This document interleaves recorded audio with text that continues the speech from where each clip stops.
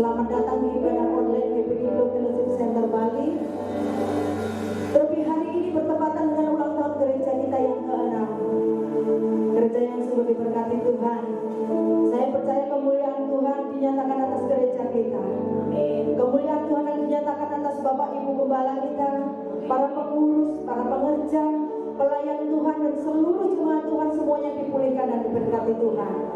Amin. Kita mulai ibadah kita. Kita bersama-sama berdoa. Bapa kami yang di surga, dikuduskanlah namamu, datanglah kerajaanmu, jadilah kehendak-Mu di bumi seperti di surga. Berikanlah kami pada hari ini makanan kami yang secukupnya, dan ampunilah kami akan kesalahan kami, seperti kami juga mengampuni orang yang bersalah kepada kami. Dan janganlah membawa kami ke dalam pencobaan, tetapi lepaskanlah kami daripada yang jahat, karena Engkau yang punya kerajaan dan kuasa dan kemuliaan sampai selama-lamanya. Amin. Haleluya. Puji bagimu Tuhan. Hati kami berlimpah dengan ucapan syukur Tuhan. Terima kasih Bapa. Yes.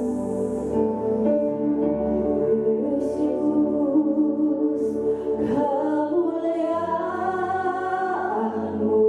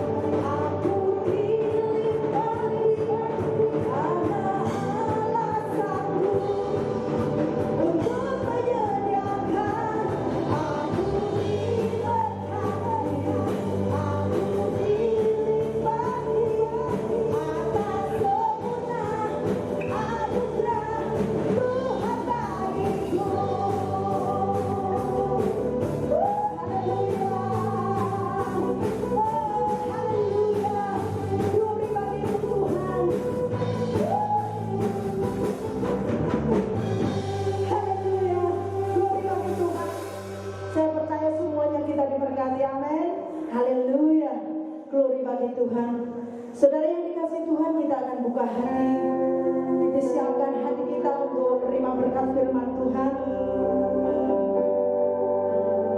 Haleluya, glory bagi Tuhan Yesus. Kami ada semuanya karena kemurahan-Mu Bapa. Dan kami percaya Tuhan Yesus, Engkaulah masa depan kami. Rancangan-rancangan terbaik bagi setiap kami Tuhan.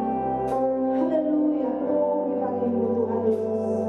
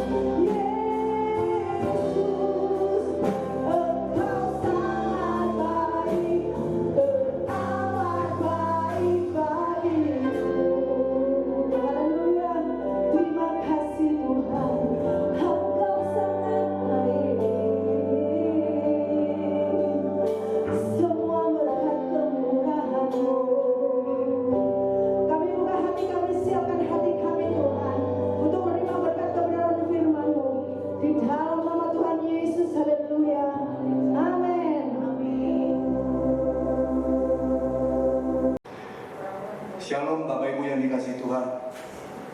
Puji Tuhan, kalau pada pagi hari ini saya bisa berada di gereja, kita bisa beribadah walaupun secara online.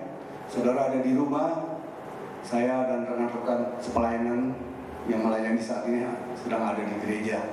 Saya percaya Tuhan hadir dimanapun kita berada, baik di rumah saudara maupun di gereja ini. Amin saudara. Baiklah, saudara, tanggal 1 kemarin kita memperingati ulang tahun gereja kita. Bersyukur kepada Tuhan, gereja kita bisa berjalan selama 6 tahun. Dan saya percaya di tahun-tahun mendatang, Tuhan akan terus menyertai gereja kita, Tuhan akan memberkati gereja kita, Tuhan akan terus memimpin gereja kita, sehingga gereja ini boleh menjadi berkat. Melalui gereja ini banyak jiwa-jiwa yang kita menangkan. Saya bersyukur, terima kasih kepada Tuhan atas kasih-Nya, atas pertolongan atas gereja ini, dan juga untuk jemaat yang setia selama ini. Dan tak lupa juga untuk sahabat-sahabat saya, saudara-saudara saya seiman dalam pelayanan. Terima kasih untuk kontribusi saudara selama ini untuk gereja Glow Fellowship Center yang ada di Bali. Jerih payah kita dalam Tuhan tidak pernah sia-sia saudara. Percayalah, kita sedang berinvestasi, kita sedang menanam harta di surga. Yang mana Alkitab katakan kerat dan sengat dan kerat dan karat tidak akan merusaknya, dan pencuri tidak akan datang untuk mencurinya. Amin saudara. Baiklah saudara, banyak saya pertanyaan datang kepada saya bertanya, kapan Pak gereja bisa dimulai kembali? Kapan kita bisa beribadah secara offline? Kapan kita bisa sharing setelah gereja seperti yang kita lakukan selama ini? Selalu jawaban saya masih menunggu waktu Tuhan. Karena saya percaya waktu Tuhan itu adalah yang terbaik. Saudara, firman Tuhan pagi hari ini berbicara mengenai bagaimana kita bisa sabar. Bagaimana kita bisa sabar untuk menunggu waktu Tuhan. Memang saya akui saudara ya, menanti sesuatu itu hal yang nggak menyenangkan ya. Menanti sesuatu, apalagi yang kita nantikan itu adalah sesuatu yang urgent, tentunya kita merasa nggak enak gitu. Kita mau cepat-cepat dapat jawaban dari Tuhan. Jadi menanti itu adalah suatu hal yang membosankan, bahkan menyebalkan. Mungkin ya ada di antara saudara yang kecewa pada Tuhan, bahkan ada yang mungkin yang marah pada Tuhan karena saudara merasa Tuhan begitu lambat untuk menjawab waktunya. Sedangkan saudara sudah sangat membutuhkan apa yang saudara doakan, apa yang saudara nantikan. Saudara, saya mau katakan, waktu itu adalah milik Tuhan, bukan milik kita. Waktu itu adalah milik Tuhan. Tuhan memberikan waktu itu kepada saudara dan saya, itu sebagai suatu anugerah. Kalau yang namanya anugerah, itu adalah pemberian secara cuma-cuma, saudara. Dan anugerah itu selalu datangnya dari atas ke bawah. Bukan seperti hadiah. Kalau hadiah kita melakukan sesuatu, kita diberi hadiah. Tetapi kalau anugerah, itu pemberian secara cuma-cuma seperti yang kita semua terima sebagai anugerah keselamatan. Bukan karena usaha kita, tapi karena kebaikan Tuhan, karena kemurahan Tuhan, karena begitu besar kasih Allah akan dunia ini, sehingga Ia mencurahkan anaknya yang tunggal, sehingga setiap orang yang percaya tidak binasa, melainkan peroleh hidup yang kekal. Jadi waktu itu juga suatu anugerah pemberian dari Tuhan. Ya, Tuhan izinkan kita menanti waktu Tuhan, karena Tuhan mau memakai masa penantian kita, saudara, ya, dengan tujuan. Tuhan sedang mempersiapkan. Tuhan sedang mempersiapkan sesuatu yang paling baik buat saudara dan saya melebihi siapapun. Oleh karena itu kita harus sabar untuk menanti waktu Tuhan. Saudara, setiap manusia memiliki waktu yang sama, yaitu 24 jam sehari, 1440 menit dalam sehari, 168 jam dalam sehari. Kalau kita tahu saudara ya, bahwa waktu itu adalah milik Tuhan, dan waktu itu berjalan di luar kemampuan dan kuasa kita ya. Kalau waktu itu sudah berlalu, itu tidak akan bisa kembali lagi. Jadi waktu itu tidak bisa diganti, dan waktu itu tidak bisa ditambah ataupun dikurang. Jadi waktu itu adalah suatu milik yang paling berharga yang kita miliki. Oleh karena itu saudara, gunakanlah waktu yang ada sebaik mungkin. Artinya kita mendisiplinkan waktu kita, saudara. Artinya kalau Tuhan mau kita menanti waktu Tuhan, artinya Tuhan mau kita tuh tinggal diam di hadapannya. Menanti waktu Tuhan artinya kita tinggal diam di hadapannya. Tinggal diam itu bukan berarti kita tidak melakukan apa-apa. Kita tetap bekerja, kita tetap berusaha seperti biasa, tapi tetap dalam hadirat Allah. Itu maksudnya menanti waktu Tuhan, kita tinggal diam di hadapan Tuhan. Dan tinggal diam itu artinya kita memiliki suatu pengharapan. Jadi saudara, saya mau tegaskan di sini bahwa apa yang kita nantikan dalam Tuhan itu adalah suatu hal yang pasti, bukan suatu hal yang kosong atau suatu hal yang tidak pasti. Tapi apa yang kita nantikan itu adalah suatu kepastian. Karena firman Tuhan iya dan amin. Tuhan tidak pernah berbohong, saudara. Jadi apa yang kita nantikan itu pasti yang terbaik yang Tuhan berikan kepada saudara dan saya. Nah, masalahnya saudara, kita harus bisa belajar bersabar untuk menunggu waktu Tuhan. Kita lihat di dalam Alkitab, contoh seorang yang begitu sabar untuk menunggu waktu Tuhan, Raja Daud, saudara ya. Waktu Samuel datang mengurapi Raja Daud untuk dinobatkan sebagai raja, maka pada saat itu juga Raja Daud itu sudah harus sebagai raja, resmi sebagai raja Israel yang kedua. Yang pertama adalah Saul. Tapi kenyataannya Saul masih kekeh terus, dia mau menjadi raja, bahwa dia adalah raja Israel. Tapi apa yang dilakukan Daud? Apa dia berontak? Apa dia kudeta? No, dia tetap menunggu waktu Tuhan, waktu yang terbaik. Dia mau menjadi pelayan Saul untuk membawakan senjata, memegang senjata Saul, saudara. Ya, nah, dan kita tahu Daud ini mulai terkenal sejak dia mengalahkan Goliat. Lalu dia dipercayakan menjadi pimpinan, menjadi kepala prajurit untuk memimpin pertempuran demi pertempuran. Dan Tuhan berkenan atas Daud. Tuhan berserta dengan Daud sehingga setiap kali peperangan selalu dia memenangkan terus. Dan pada akhirnya dia menjadi begitu terkenal, saudara. Dan banyak pujian yang masuk, banyak puji-pujian yang diberikan kepada Daud melebihi Saul. Akhirnya timbul rasa iri dari Saul. Dia berusaha untuk membunuh Daud. Sekali lagi saudara, beberapa kali percobaan pembunuhan terhadap Daud, tapi semua gagal karena Tuhan, Roh Allah berserta dengan Daud, saudara. Sehingga dalam pelarian Daud melarikan diri, Saul tetap mengejar Daud. Dan pada suatu kesempatan seharusnya Daud bisa membunuh Saul, tapi dia tidak mau menggunakan waktu itu karena dia tahu itu bukan waktu Tuhan. Dia tidak mau bersalah di hadapan Tuhan. Dia tidak mau berbuat keliru. Dia tidak gunakan kesempatan itu. Dan pada akhirnya Tuhan izinkan bangsa Filistin itu menyerbu bangsa Israel. Dan di sini bangsa Israel mengalami kekalahan total, saudara. Cerai-berai. Dan saat itu Saul luka parah dalam peperangan itu. Dan dia minta pembantunya membawa senjata untuk membunuh dirinya karena dia tidak mau dipermalukan. Karena biasa dalam peperangan itu kalau seorang raja udah kalah, raja itu diarak, dikeliling, dipermalukan. Lalu dia bunuh diri, saudara. Dia bunuh diri dan bangsa Filistin memenggal kepala Saul, dibawa diarak keliling kota untuk mempermalukan dia dan tubuhnya digantung di tembok kota. Nah, saudara, pada saat Daud dalam pelarian dia mendengar bahwa Saul dan anaknya juga, semua anaknya juga akan mati, terbunuh dalam peperangan. Dia menangis, dia merobek bajunya dan dia menangis. Dan pada saat itulah Daud tampil untuk menjadi raja. Dan itu adalah momen yang Tuhan izinkan, itu adalah waktu Tuhan. Sehingga pada saat pemerintahan Daud, bangsa Israel mengalami keemasan, mengalami kejayaan begitu luar biasa, saudara. Diberkati Tuhan begitu luar biasa. Dalam setiap peperangan selalu Tuhan mengalami kemenangan. Sehingga bangsa-bangsa lain itu takut akan bangsa Israel. Nah, saudara, di dalam Alkitab kita mengenal ada 3 istilah waktu, saudara. Yang pertama adalah waktu Kronos, kedua waktu Aion, dan yang ketiga waktu Kairos. Waktu Kronos itu adalah waktu yang dapat diukur dengan jam, tanggal, bulan, dan tahun. Itu waktu Kronos. Waktu Kronos itu juga bisa merupakan waktu yang jangka panjang ataupun jangka pendek. Ya, nah, jadi waktu itu juga waktu Kronos itu juga berbicara mengenai riwayat hidup seseorang. Jadi yang kita sebut kronologi. Yang kedua, waktu Aion. Waktu Aion ini berbicara mengenai waktu yang sangat lama, yang tanpa batas.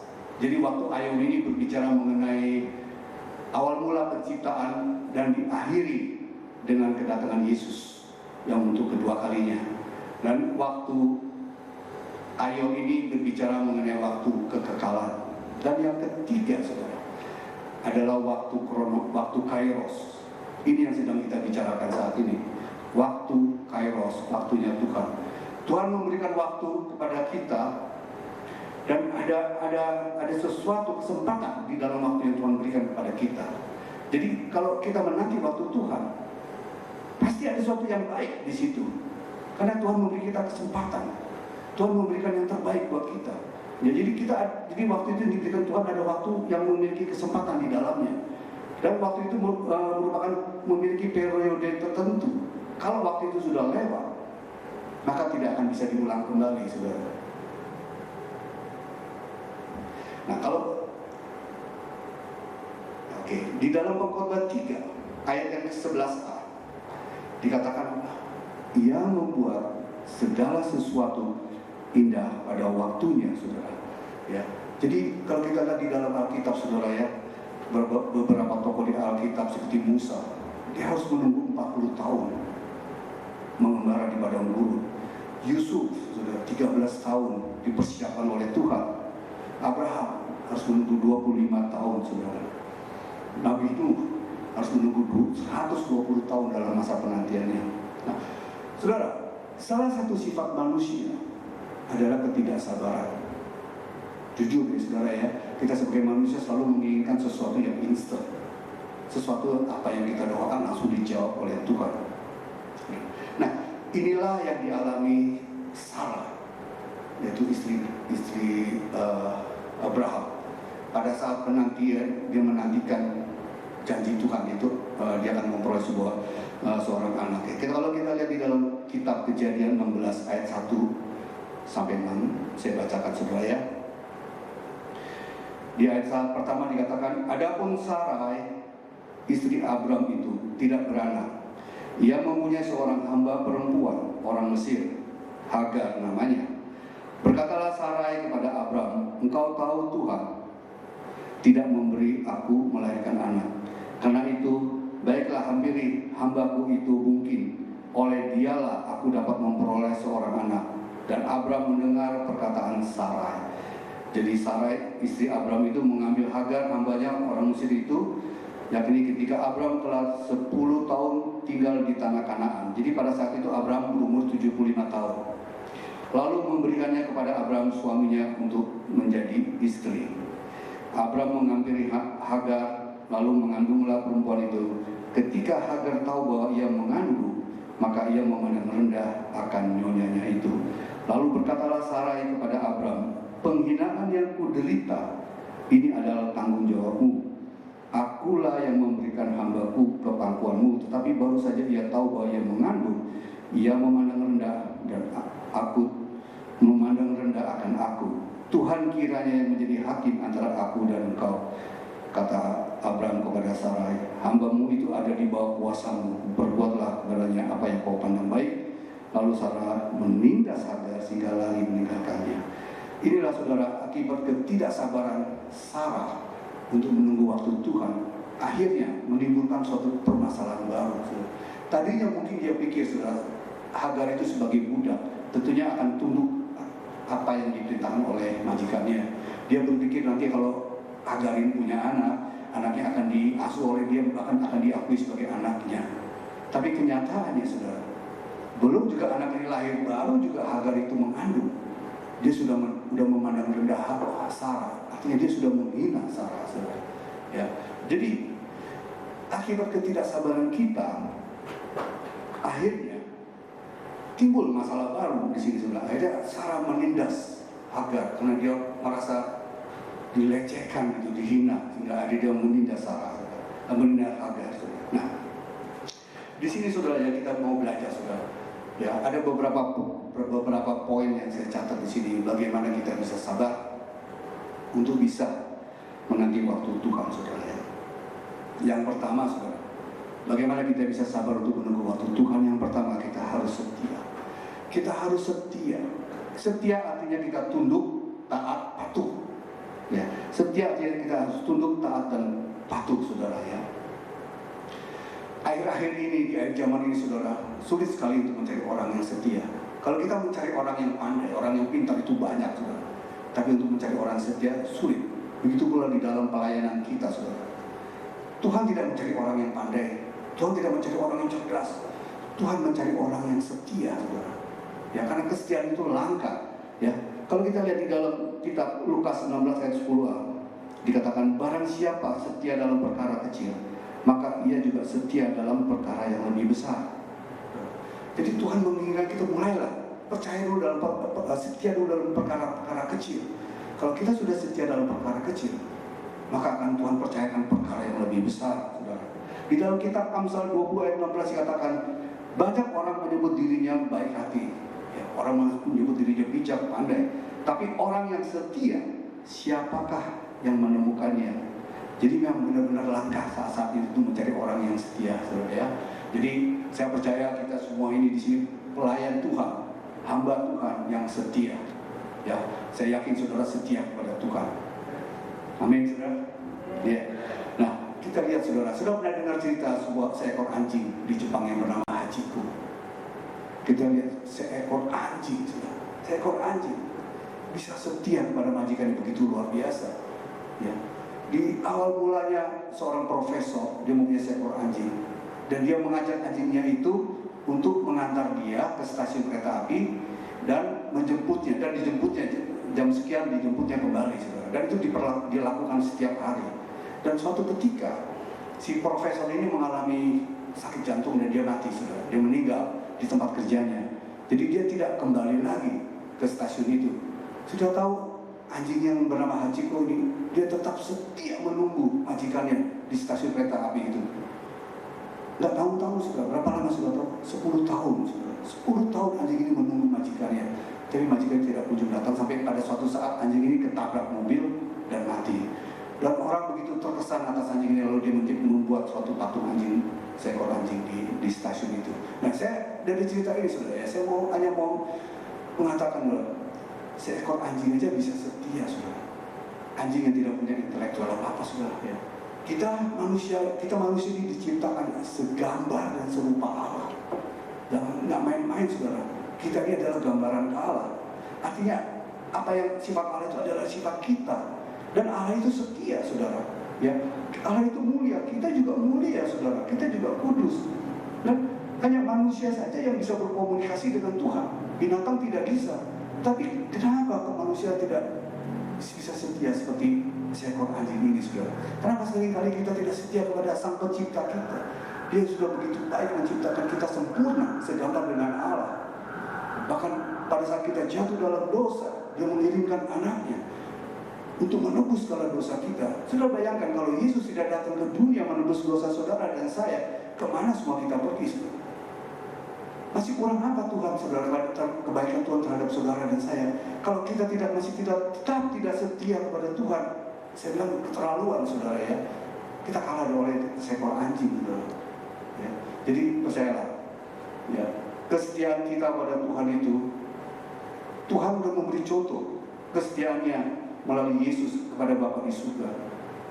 Dia setia sampai mati, saudara, untuk mencurahkan darahnya untuk menebus saudara dan saya. Jadi yang pertama, saudara, bagaimana kita bisa sabar untuk menunggu waktu Tuhan?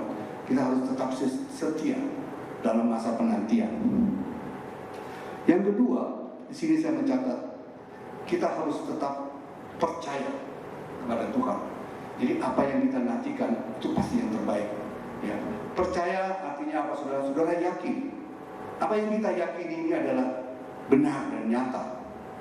Saudara harus percaya bahwa apa yang kita rindukan Tuhan akan berikan pada waktunya. Kita harus percaya bahwa Tuhan sedang mempersiapkan sesuatu yang terbaik buat saudara dan saya.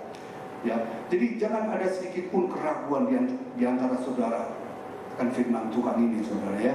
Karena kalau keraguan itu yang membatasi kuasa Tuhan untuk bekerja, kuasa Tuhan untuk terjadi dalam hidup saudara. Di dalam Amsal 3 ayat 5 dikatakan, percayalah kepada Tuhan dengan segenap hatimu dan janganlah bersandar pada pengertianmu sendiri. Itu yang kedua. Jadi yang pertama, kalau kita mau cara kita bersabar untuk nanti waktu Tuhan, pertama kita harus setia, kedua kita percaya bahwa apa yang kita nantikan itu pasti digenapi oleh Tuhan. Yang ketiga, kita memiliki kepekaan, saudara. Ya, kepekaan. Kalau saudara katakan saudara adalah orang Kristen yang dewasa, kita semua, saya percaya kita semua adalah orang Kristen yang dewasa. Artinya kita dapat membedakan mana yang baik dan mana yang benar. Kita bisa membedakan mana yang menjadi kehendak Tuhan.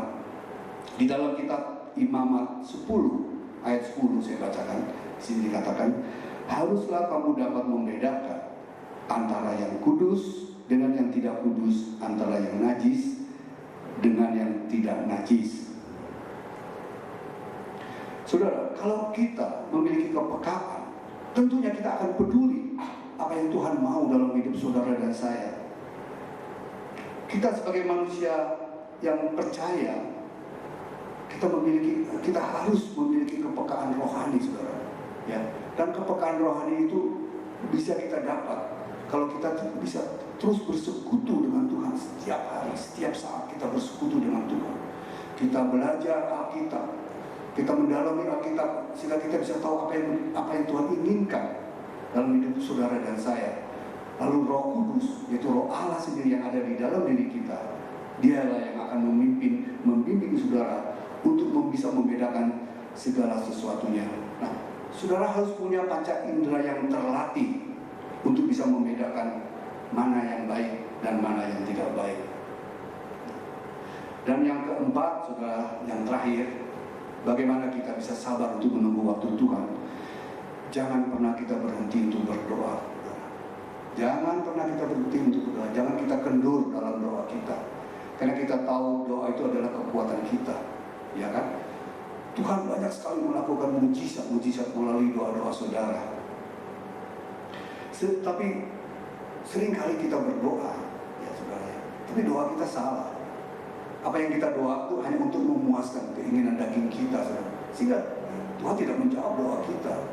Ya, jadi saudara dalam berdoa, saudara harus perhatikan betul apakah doa saudara ini sudah sesuai dengan kehendak Tuhan atau tidak.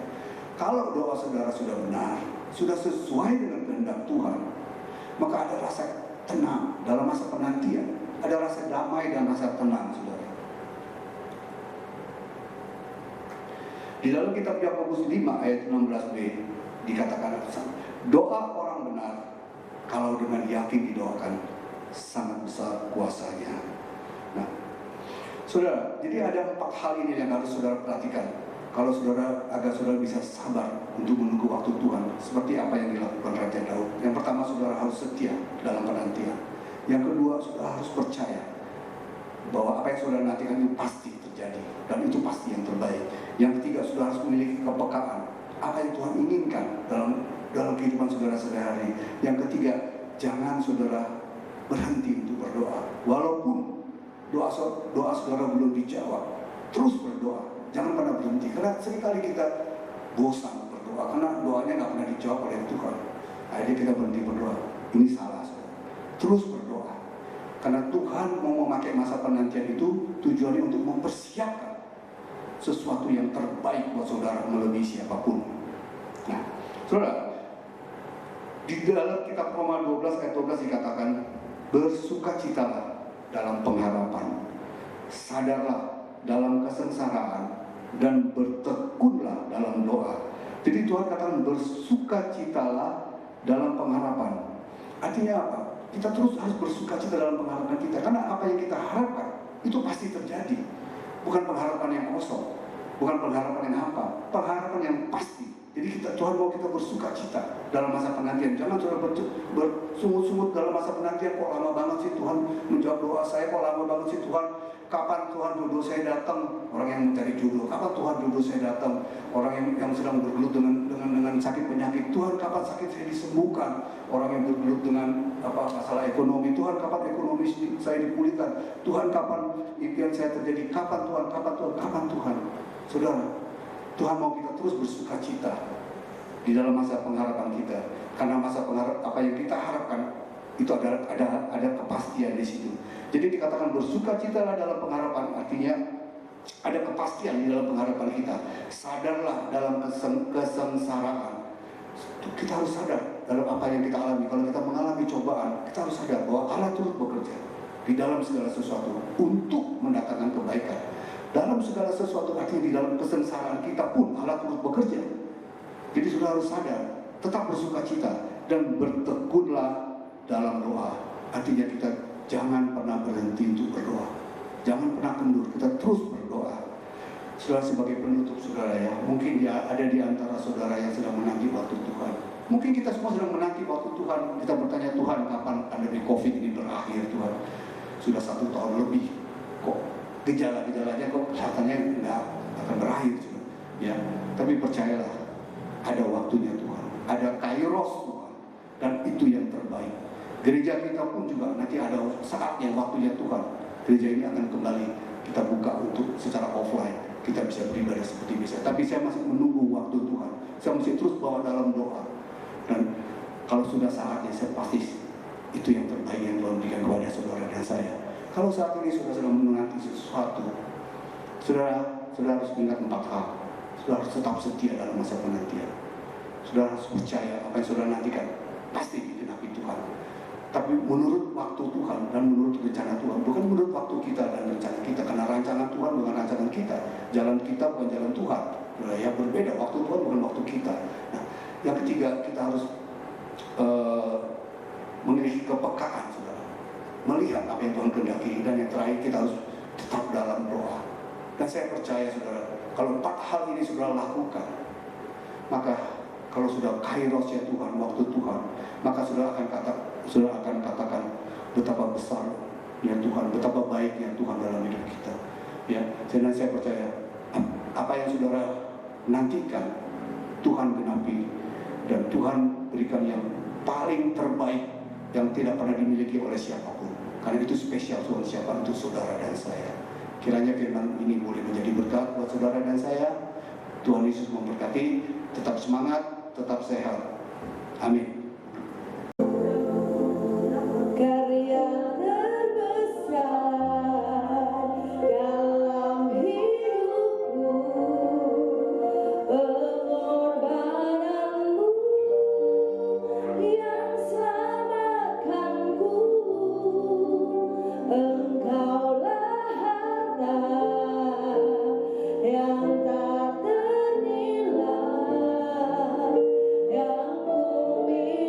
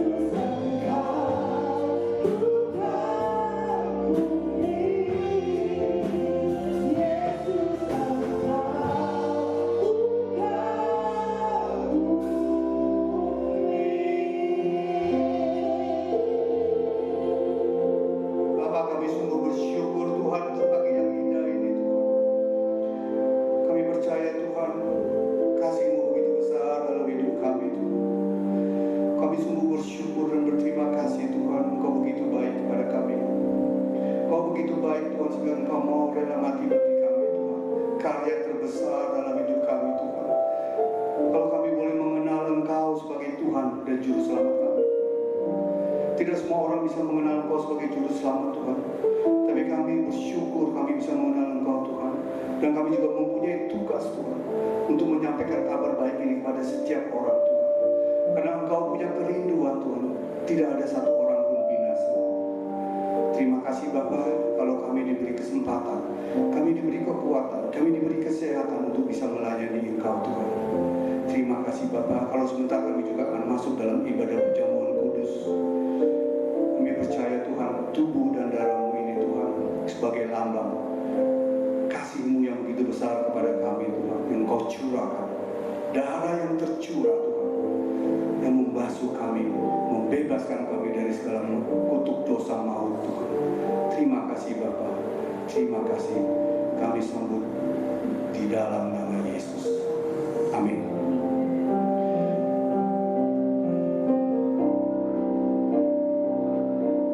Saudara, mari kita angkat roti di atas kepala kita. Kita lihat dari kitab 1 Korintus 11 ayat 25 sampai 27.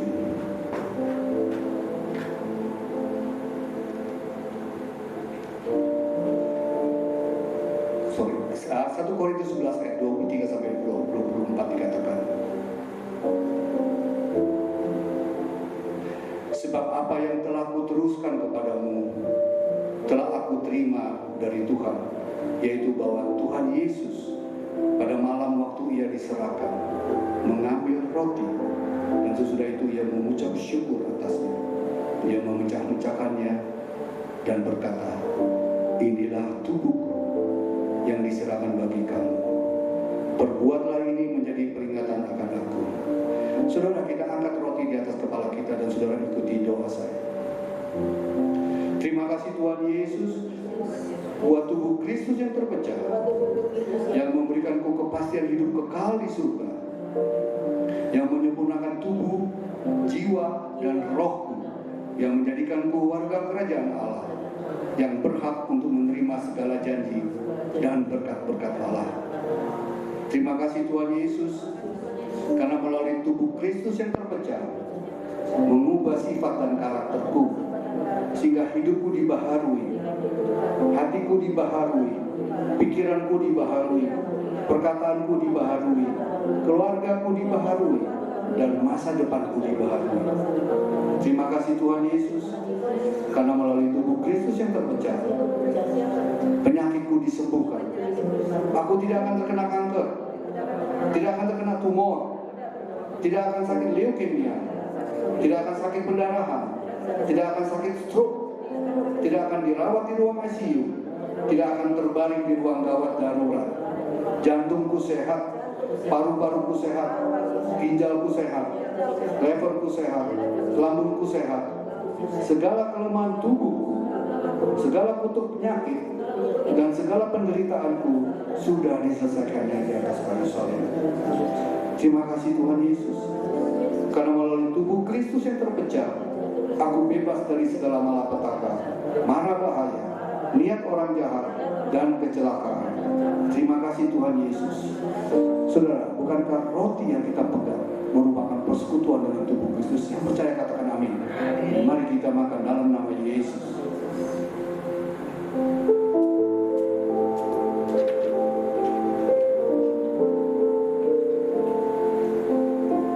Mari kita angkat cawan. Demikian juga ia mengambil cawan sesudah makan, lalu berkata, cawan ini adalah perjanjian baru yang dimeteraikan oleh darahku. Perbuatlah ini setiap kali kamu meminumnya menjadi peringatan akan aku. Sebab setiap kali kamu makan roti ini dan minum cawan ini, kamu memberitakan kematian Tuhan sampai ia datang. Jadi barang siapa dengan cara yang tidak layak makan roti atau minum cawan Tuhan, ia berdosa terhadap tubuh dan darah Tuhan. Saudara, kita angkat cawan di atas kepala kita dan saudara ikuti doa saya. Terima kasih Tuhan Yesus buat darah Kristus yang tertumpah. Aku percaya melalui darah yang tertumpah, hidupku telah lunas dibayar. Aku bukan milik dunia, hidupku milik Kristus, sehingga aku tidak berada dalam gelap, melainkan dalam terang yang ajaib bersama Kristus. Terima kasih Tuhan Yesus, karena melalui darah Kristus yang tertumpah, segala kuasa kegelapan dihancurkan. Aku tidak bisa dihipnotis, aku tidak bisa disantet, aku tidak bisa terkena guna-guna. Hidupku dipagari, kuasa Tuhan menjagaiku, menjagai keluargaku, menjagai pekerjaanku, menjagai usahaku, menjagai gerak hidupku, menjagai seluruh keluargaku dan masa depanku. Terima kasih Tuhan Yesus, karena melalui darah Kristus yang tertumpah, aku bebas dari segala kutuk dosa, kutuk penderitaan, kutuk keturunan, dan segala kutuk yang diucapkan orang lain kepadaku. Hidupku berkelimpahan, tidak akan kekurangan. Hidupku akan selalu mengalami terobosan untuk meraih janji Tuhan dan berjalan dalam mujizatnya setiap hari. Terima kasih Tuhan Yesus, karena melalui darah Kristus yang tertumpah, hidupku dipulihkan dan disempurnakan, sehingga layak menjadi warga kerajaan surga. Terima kasih Tuhan Yesus. Saudara, bukankah cawan yang kita pegang merupakan persekutuan dengan darah Kristus? Yang percaya katakan amin. Amin. Mari kita minum dalam nama Yesus. Mari saudara angkat suara saudara, ucapkan pujian penyembahan saudara yang terbaik Tuhan sudah berikan kepada Tuhan. Haleluya.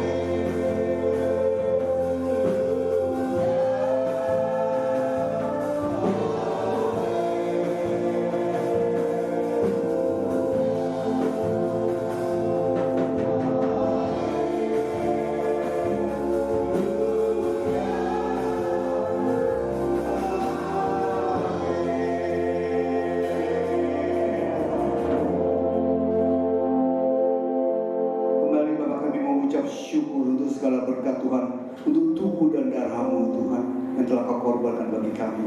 Terima kasih Tuhan atas kasih-Mu yang begitu luar biasa bagi kami. Saudara, sebentar kita akan mengakhiri ibadah kita pada pagi hari ini. Mari kita angkat tangan kita untuk menerima berkat Tuhan. Saudara yang dikasihi Tuhan, hiduplah kita selalu takut akan Tuhan. Percayalah dalam masa penantian kita, Tuhan sedang mempersiapkan yang terbaik buat saudara dan saya. Tuhan mau kita tetap setia tanpa motivasi apapun, tetapi setia karena kita mengasihi Tuhan dengan sungguh-sungguh. Itulah yang Tuhan inginkan, kesetiaan daripada saudara dan saya. Saudara harus hidup takut akan Tuhan. Jangan menyimpang ke kanan ataupun ke kiri, sehingga kemanapun saudara pergi, hidup saudara akan beruntung. Karena kasih perlindungan Tuhan akan selalu menyertai kehidupan saudara. Apapun yang saudara lakukan, Tuhan akan buat berhasil. Tuhan akan membuat saudara menjadi kepala dan bukan ekor. Dan saudara akan terus naik dan tidak akan turun. Oleh karena itu saudara yang dikasihi Tuhan, terimalah yang terbaik dari Tuhan, yaitu berkat daripada Bapa, Putra, dan Roh Kudus. Mulai saat ini sampai Maranatha, Yesus datang untuk kedua kalinya. Semua yang percaya, mari sama-sama kita katakan,